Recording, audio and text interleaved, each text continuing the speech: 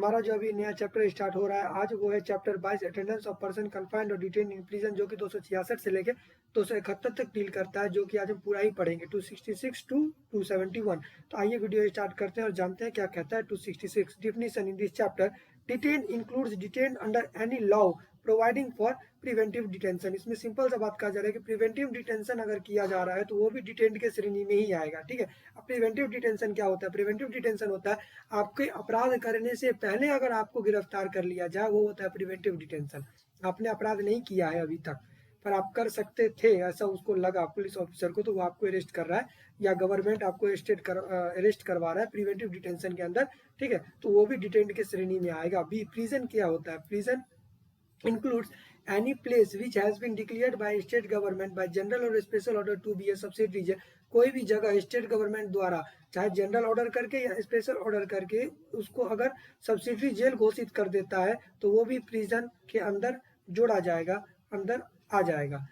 Second बोलता है any reformatory borstal institution of like nature. इसमें कहा जा रहा है कोई भी रिफॉर्मेटरी इंस्टीट्यूशन, बोस्टल इंस्टीट्यूशन या इसी तरीके का कोई इंस्टीट्यूशन अगर है तो वो भी प्रिजन के अंदर ही आएगा। जैसे बाल सुधार गृह होता है, जैसे बोस्टल इंस्टीट्यूशन बाल सुधार गृह, तो अगर जहां पर 18 साल से बच्चे नीचे के बच्चे को रखा जाता है, माइनर को रखा जाता है, तो वो भी प्रिजन के अंदर ही इंक्लूड होगा। ठीक है, कोई रिफॉर्मेटरी जगह है जहां पर आदमी को बंद करके रखा गया है, उसको सुधारने के लिए रखा गया है, तो वो भी रिफॉर्मेटरी इंस्टीट्यूशन है, वो भी प्रिजन के अंदर ही आएगा। कि इस जहां भी व्यक्ति को रखा गया है उसने कोई अपराध किया और उसको सुधारने के लिए रखा गया है, चाहे वो बोस्टल इंस्टीट्यूशन हो या इस तरीके का कोई दूसरा इंस्टीट्यूशन हो, रिफॉर्मेटरी इंस्टीट्यूशन हो, तो वो भी प्रिजन के अंदर ही इंक्लूड होगा। अगर हम कहीं पर लिखा रहेगा प्रिजन तो हम बोस्टल इंस्टीट्यूशन को भी इंक्लूड करेंगे, रिफॉर्मेटरी इंस्टीट्यूशन को भी इंक्लूड करेंगे, या फिर कोई स्पेशल इंस्टीट्यूशन है उसको भी हम इंक्लूड करेंगे। ठीक है, आइए वीडियो और अब देखते हैं 267 CRPC, power to require attendance of prison. 1. Whenever in the course of any inquiry, trial or proceeding under this code, it appears to a criminal code। अब जब कोई इंक्वायरी चल रहा है, ट्रायल चल रहा है या कोई दूसरा प्रोसीडिंग चल रहा है और कोर्ट को लगता है, ठीक है, कोर्ट को क्या लगता है वो ए में देखते हैं, दैट अ पर्सन कन्फाइंड और detain in prison should be brought before the court for answering to a charge of an offence और for the purpose of any proceeding against him. अगर जो भी व्यक्ति डिटेन किया गया है, कन्फाइंड किया गया है, जेल में है, उस व्यक्ति को कोर्ट के सामने लाना चाहिए। किस लिए लाना चाहिए? For answering to a charge, जो उस पर चार्ज लगा उसका जवाब देने के लिए, या फिर किसी दूसरे पर्पस के लिए जो उसके खिलाफ चल रहा है उसके लिए मतलब उसको लाना चाहिए कोर्ट के सामने। B, that it is necessary for the ends of justice to examine such person as a witness. Justice के लिए, न्याय के लिए ये जरूरी है कि जिस व्यक्ति जो एक्यूज्ड है उसको एज अ विटनेस एग्जामिन किया जाए। इसके लिए, इस बात के लिए भी मतलब कोर्ट के सामने लाना चाहिए, तो कोर्ट ऐसा कर सकता है। ठीक है, द कोर्ट में make an order requiring the officer in charge of the prison to produce such person before the court answering to the charge for the purpose of such proceeding or as the case may be for giving evidence. अब अगर court को ऐसा लगा, जो हमने ए भी पढ़ा, court को लगा तो कोर्ट क्या करेगा? एक ऑर्डर करेगा। किसको ऑर्डर करेगा? जो चार्ज है, जो भी प्रिजन है, जेल है, उसका चार्ज, जो उसका मतलब चार्ज रखा हुआ यानी कि जेलर, ठीक है, उसको एक ऑर्डर करेगा और ऑर्डर में कहेगा कि उस व्यक्ति को जो एक्यूज्ड है उसको आंसर के लिए, जो उस पर चार्ज लगा है उस आंसर के लिए या किसी दूसरे पर्पस के लिए या एविडेंस देने के लिए उसको लाया जाए। ठीक है, तो ये ऐसा ऑर्डर करेगा कौन? कोर्ट। किसको ऑर्डर करेगा? जो उस जेल का मालिक है, जो उस व्यक्ति का मालिक है अभी फिलहाल जेल में।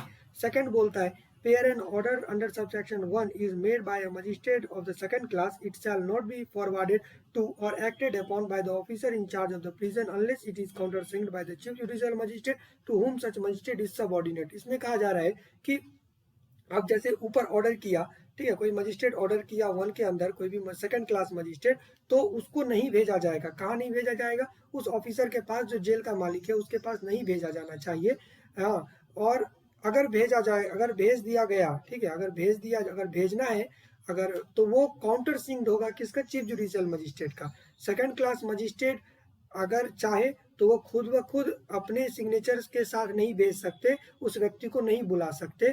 ठीक है, तो अगर बुलाना है तो अगर जेलर के पास वो जाएगा, जेलर मतलब जो भी उस प्रिजन का मालिक है अभी, अगर उसके पास जाएगा तो काउंटर सिग्न होना जरूरी है किसका, चीफ जुडिशियल मजिस्ट्रेट का। चीफ जुडिशियल मजिस्ट्रेट सिग्नेचर करेगा तभी वो जेलर के पास जाएगा, या जो भी वो प्रिजन का चार्ज है जिसके पास, उसके पास वो जाएगा उसको छोड़ने के लिए, उसको कोर्ट में लाने के लिए। आई होप ये क्लियर हो गया होगा।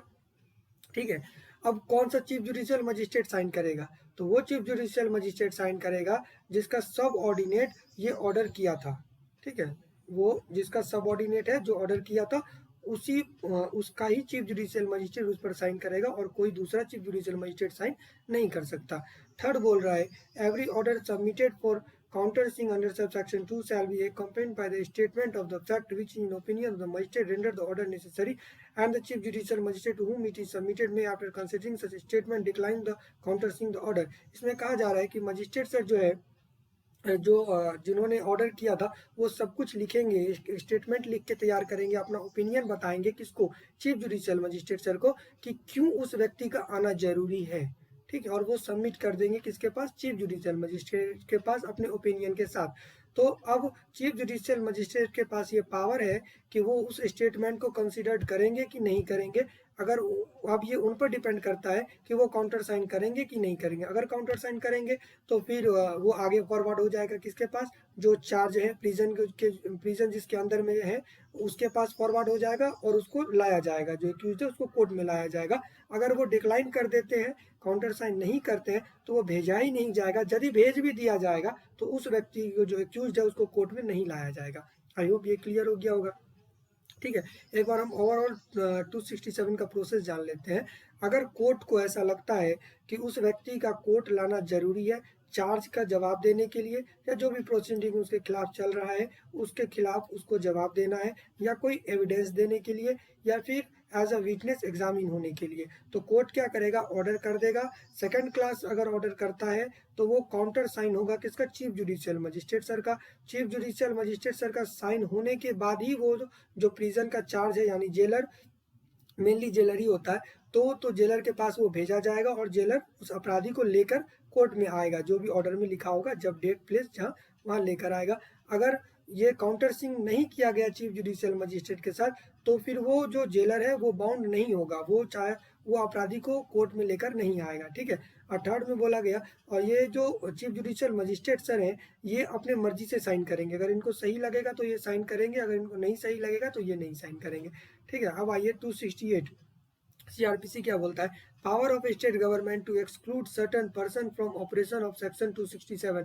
ये स्टेट गवर्नमेंट का पावर है कि वो किसी व्यक्ति को, ठीक है, 267 से बचा, मतलब हटा सकता है। 267 का जो एक रेमेडी है वो नहीं देगा अगर स्टेट गवर्नमेंट चाहे तो। ठीक है, 1 the state government may at any time having regard to the matter specified in subsection 2 by general or special order direct that any person or class person shall not be removed from prison in which he or they may be confined or detained, and thereupon so long as the order remain in force, no order made under section 267 whether before or after the order of the state government shall have effect in respect of such person or class of person। अच्छा, इसमें कहा जा रहा है कि अगर state government चाहे special order से या जनरल ऑर्डर करके, ठीक है, किसी भी जो भी पर्सन और क्लास को ये ऑर्डर कर सकता है, किसी भी पार्टिकुलर व्यक्ति के लिए ये ऑर्डर कर सकता है कि इस एक्यूज्ड पर्सन को जहां पर रखा गया है वहां से ना निकाला जाए, वहां से नहीं हटाया जाए, नहीं छोड़ा जाए। ठीक है, और ये तब तक और जब तक ये ऑर्डर फोर्स में रहेगा, ये जो स्टेट गवर्नमेंट एक ऑर्डर देगा, ये ऑर्डर जब तक फोर्स में रहेगा तब तक 267 के अंडर कोर्ट ऑर्डर नहीं कर सकता। ठीक है, मतलब नहीं बुला सकता, इसमें बस इतना ही कहा गया है। ठीक है, और उसके बाद 2 बोलता है, before making an order under subsection 1 the state government shall have regard to the following matter namely. अब जो स्टेट गवर्नमेंट 268 के अंडर ऑर्डर करेगा कि किसी व्यक्ति को आप 267 के अंदर नहीं बुला सकते, या तो फिर उस व्यक्ति को आप जेल से बाहर नहीं निकाल सकते, ठीक है, तो ये ऑर्डर करने से पहले स्टेट गवर्नमेंट किस किन बातों का ध्यान रखेगा वो देखिए। ये बता रहा है, the nature of the offence for which और the ground on which the person और class of person has been order to be confined और detain in prison.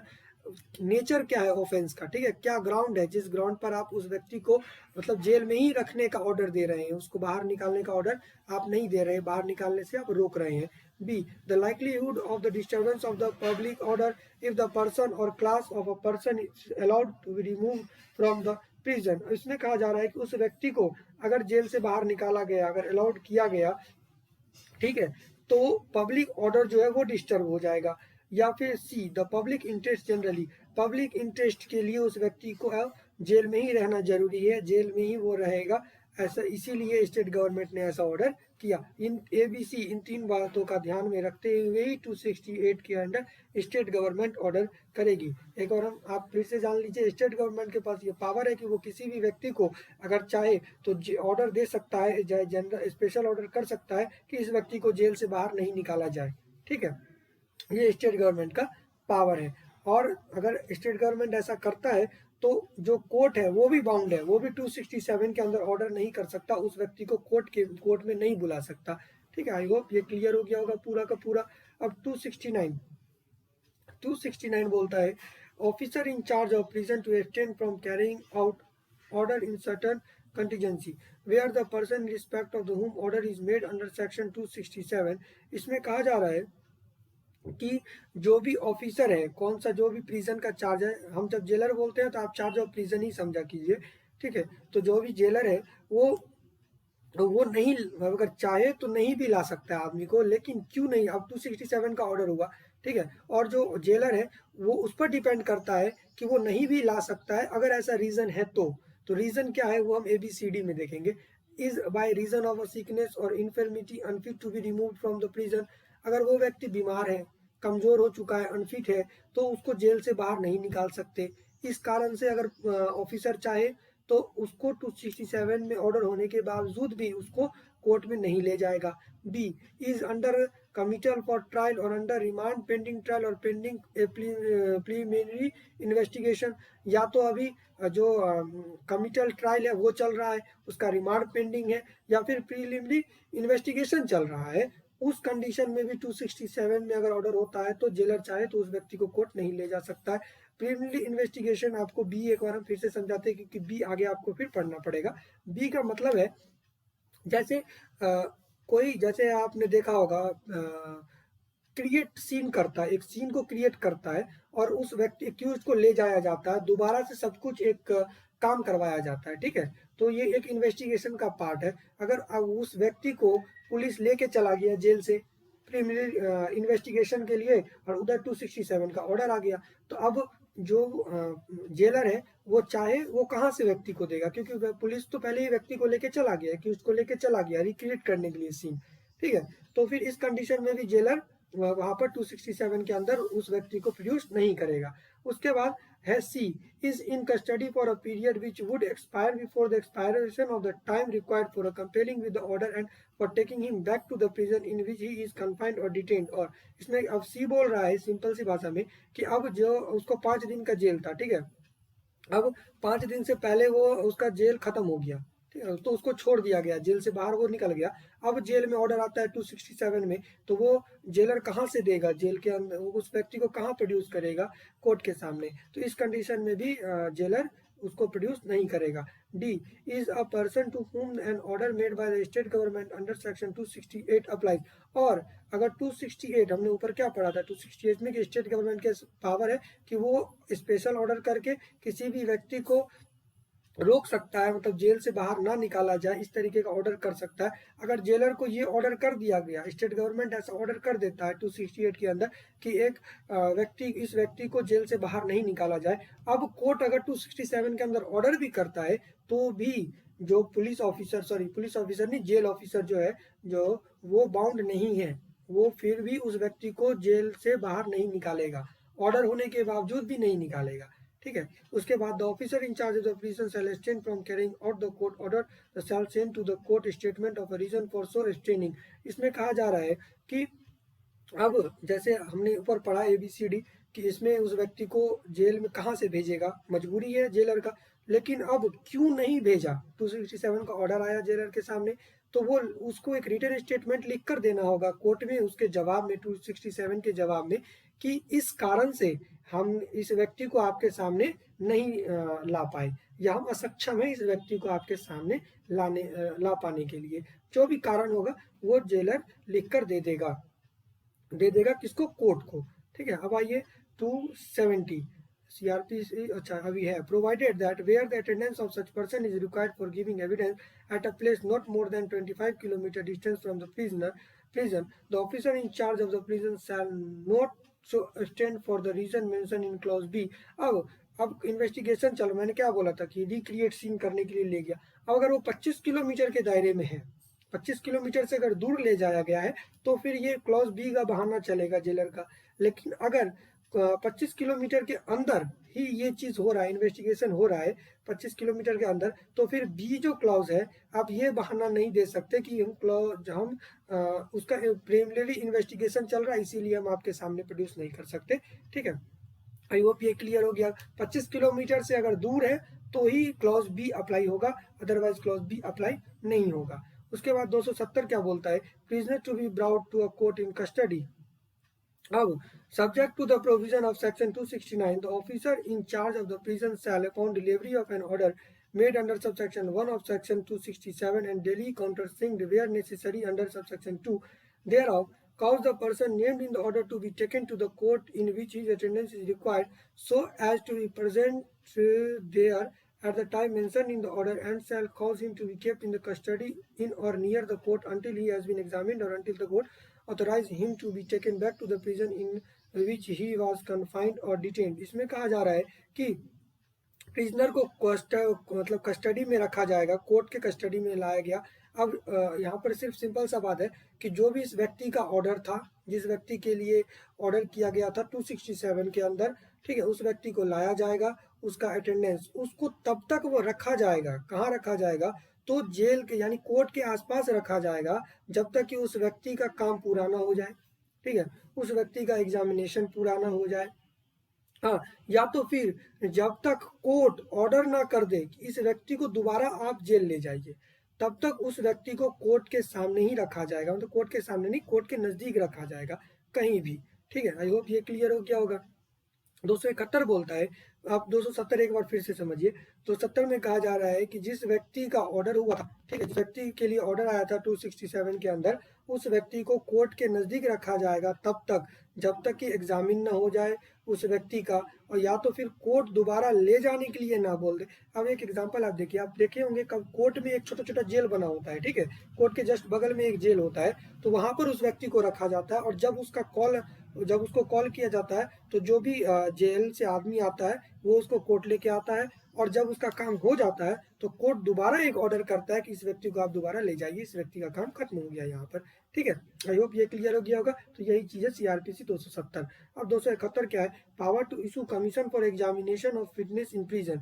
The provision of this chapter shall be without prejudice to the power of the court to issue under section 284 a commission for the examination as a witness of any person confined or detained in a prison under the provision of part D of the chapter 23 shall apply in relation to the examination of commission of any such person in the prison as they apply in relation to the examination on commission of any other person. इसमें कहा जा रहा है कि ये court के पास power है 284 के अंदर, हाँ, जो कि व्यक्ति को कोई भी एक टीम बनाकर वो चाहे तो जेल के अंदर ही आदमी को भेज सकता है। किस बात के लिए, एग्जामिन करने के लिए। ठीक है, उस व्यक्ति का एविडेंस लेने के लिए, उस व्यक्ति का बयान लेने के लिए। ठीक है, अगर कोर्ट चाहे तो उस व्यक्ति के जेल के अंदर ही आदमी को भेज सकता है। एक टीम किसी भी व्यक्ति को, मतलब कोर्ट का कोई भी आदमी जाकर वहां से एविडेंस कलेक्ट कर सकता है, उस आदमी का एग्जामिनेशन कर सकता है, उस व्यक्ति से पूछ सकता है, पूछताछ कर सकता है जेल के अंदर ही। आई होप सब कुछ क्लियर हो गया होगा। आज का वीडियो यहीं समाप्त होता है। जय हिंद। नेक्स्ट